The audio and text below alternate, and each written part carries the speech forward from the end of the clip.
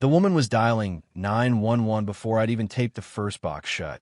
I could see her through the front window, standing there on her porch like a sentry, shrieking in her phone that I was, in quote, abandoning the collective standards, in quote, and that there was and, quote, security breach in progress, in quote, at house 402.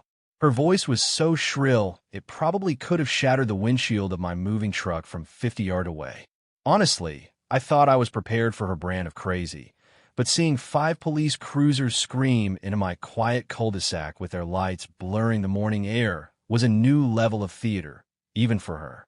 The officers piled out like they were raiding a cartel hideout, hands hovering near their holsters, spread out across my front lawn, while I'm just standing there in an old t-shirt, holding a stack of ceramic plates wrapped in bubble wrap. And there she was, Mrs. Beatrice Vane, the self-appointed queen of High Grove Estates, standing on her perfectly edged lawn with those oversized sunglasses that made her look like a giant, judgmental insect, watching the chaos she'd manufactured with this look of pure, unadulterated triumph.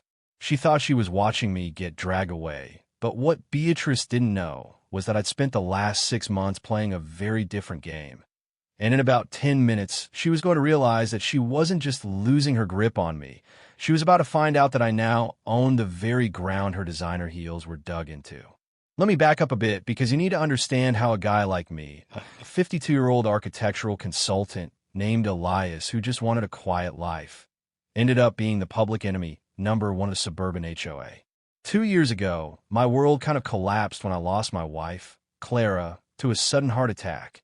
We'd been married for 25 years, and suddenly the house we'd built together felt like a museum of ghosts, every corner whispering about a life that didn't exist anymore. I needed to move, not because I wanted to leave her behind, but because I needed to breathe again without feeling like I was suffocating on memories. So I found High Grove Estates. It's this upscale development just outside of Nashville with these beautiful, sprawling craftsman-style homes and lawns so green they look painted on. It felt safe, predictable, and quiet. Exactly what a man in mourning thinks he wants. I bought a place on Willow Lane, moved my aging father, Arthur, into the guest suite, and thought I'd finally found a place to just disappear. That lasted exactly 14 days. Beatrice Vane appeared on my doorstep on a Tuesday morning. And I'll tell you, you could smell her coming from 2 houses down. This aggressive, suffocating cloud of expensive French perfume mixed with some kind of floral hairspray that basically acted as a biological warning system. She was wearing a coordinated silk tracksuit and holding a binder that looked thick enough to stop a bullet. And before I could even say hello, she'd shoved it into my chest and told me her name was Beatrice, the president of the High Grove Board, and that I was already 48 hours late on my, quote, new resident compliance certification, end quote. I looked at this binder. It was nearly 60 pages of fine print, and it regulated everything from the exact shade of, end quote, muted earth tone, end quote. Your front door had to be to the specific diameter of the mulch nuggets in your flower beds. She pointed at my driveway and said, end quote, the oil drip from your father's vintage truck is a Tier 1 aesthetic violation, Elias. We take the sanctity of the grove very seriously here, end quote. I remember looking at her and just nodding, because at that point in my grief, I didn't in oppos have the energy to fight. I just wanted her to leave so I could go back to the silence. But the silence in High Grove ISN and oppos. Peaceful, it and oppos. S enforced. A month into living there, I woke up to a bright orange citation taped to my glass front door. Not in a mailbox, mind you, but taped to the glass so the neighbors could see it, finding me $200 because my lawn was 3/4 of an inch too high. She'd actually been out there with a yardstick at 6 in the morning, taking photos of my grass like it was a crime scene. Then came the citation for my father's, end quote, unauthorized outdoor activity, end quote, because he liked to sit on a folding chair in the driveway to wave at the neighbors, apparently, end quote, stationary lingering in non-designated seating areas, end quote, was a breach of the peace. Every time I turn around, it was another fine, another warning, another, end quote, friendly reminder, end quote, from the board that compliance was not optional. The real shift happened about 6 months in. My father, Arthur, is a man who spent 40 years working in the steel mills of Pennsylvania.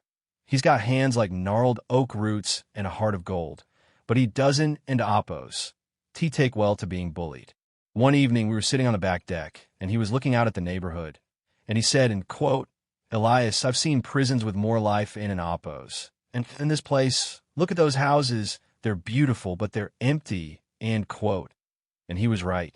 There were no kids playing in the streets, no backyard barbecues, no sound of life, just the low hum of air conditioners and the occasional white Lexus patrolling the streets like a shark in shallow water. That night, Beatrice sent me a formal notice stating that the small, weathered sundial Clara had given me for our 10th anniversary, the one I'd placed tucked away in a corner of the garden, was an end quote, unapproved lawn ornament, end quote, that violated the end quote, cohesive aesthetic vision, end quote, of Willow Lane.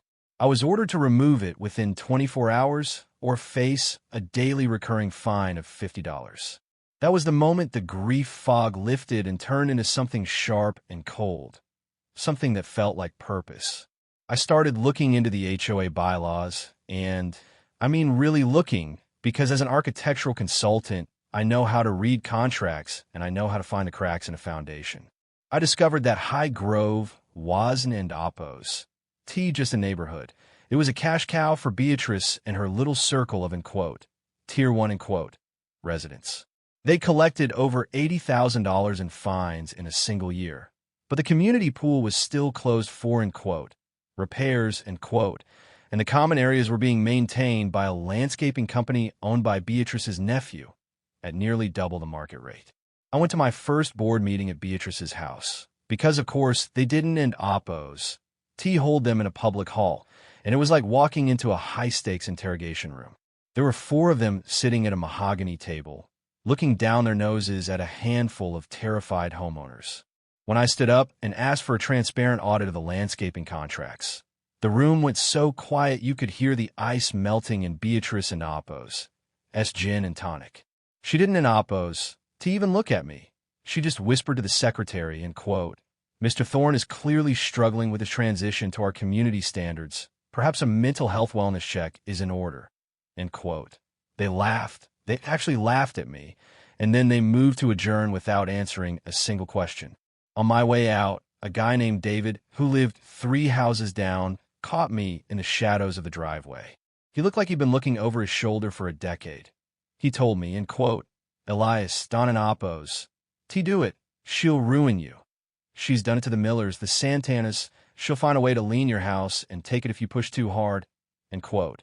And that was the spark, because I realized that everyone in this beautiful, expensive neighborhood was living in a state of quiet, suburban terror.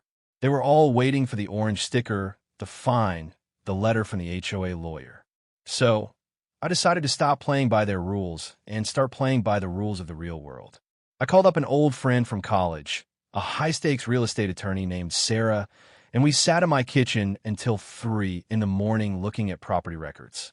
High Grove was a 40-unit development, and about 15 of those units were owned by a single holding company that had been looking to divest for years, but couldn't in oppos.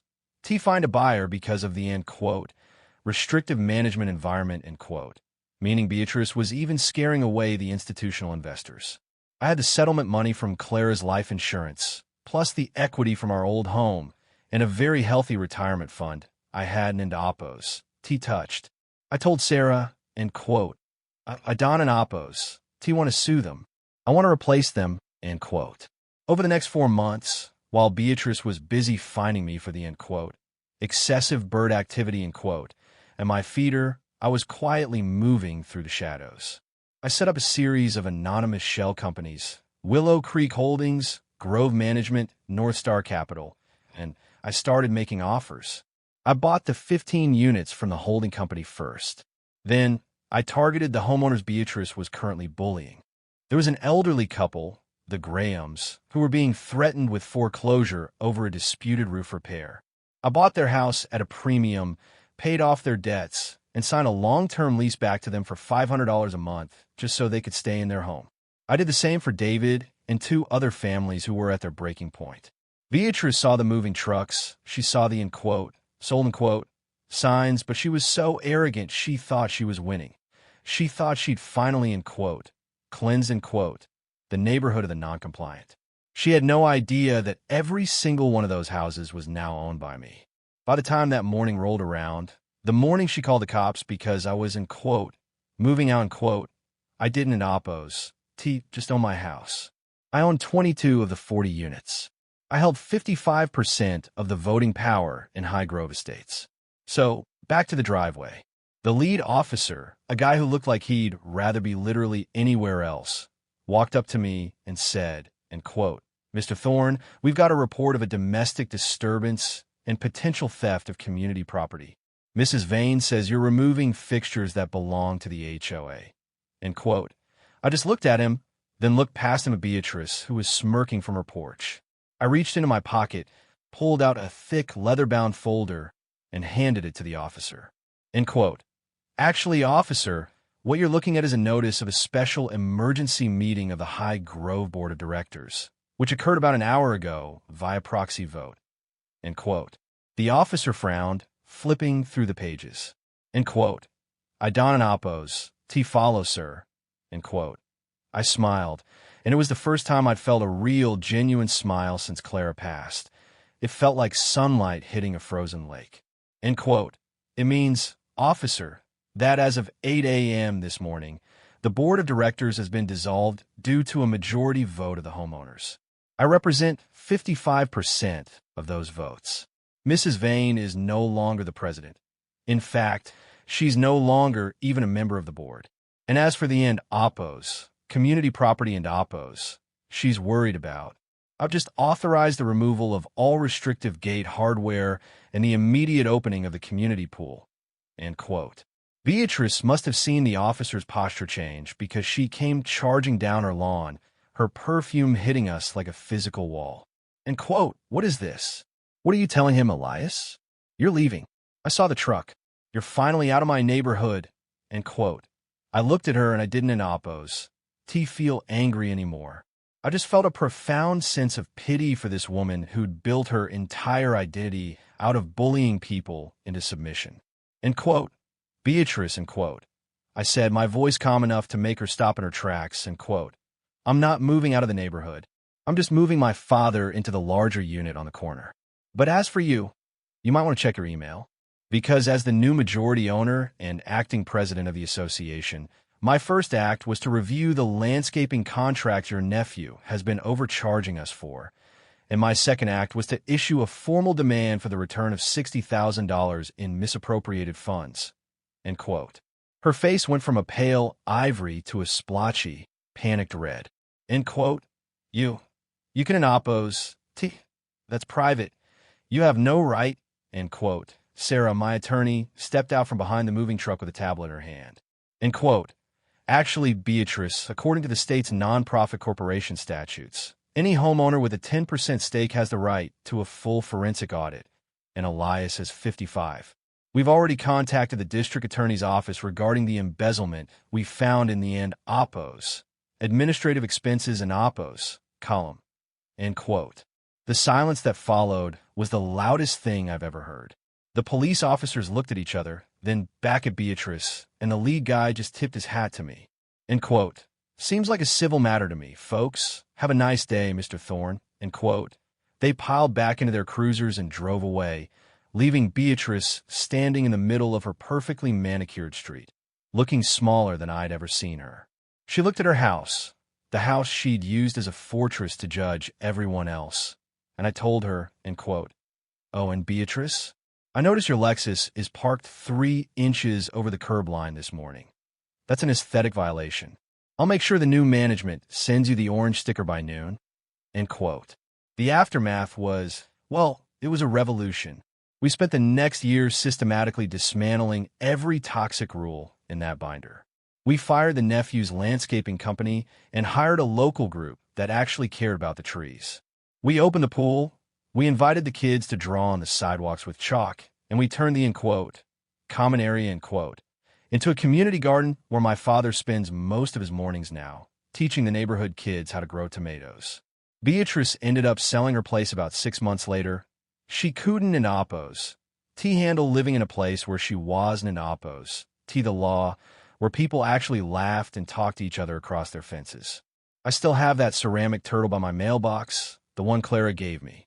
Every time I see it, I think about how she always said that sometimes you have to move slow and steady to win the race, but you also have to be willing to carry your home on your back if it means protecting the people inside. High Grove is a different place now. It's not perfect in the grass ISN and Oppos. It's always exactly 3 inches high, but you can hear the sound of people actually living their lives. And to me, that's the most beautiful aesthetic of all. But it makes you wonder, doesn't it, Oppos? It? We spend hundreds of thousands of dollars to buy into these, exclusive, communities, thinking we're buying safety and peace, but how often are we actually just buying a front row seat to someone else's power trip? Is the order, of an HOA worth the soul of a neighborhood? I'd love to hear your thoughts on this. Have you ever dealt with Beatrice, in your life? Did you find a way to fight back? Or did you just pack your boxes and run? Drop a comment below and tell me your story.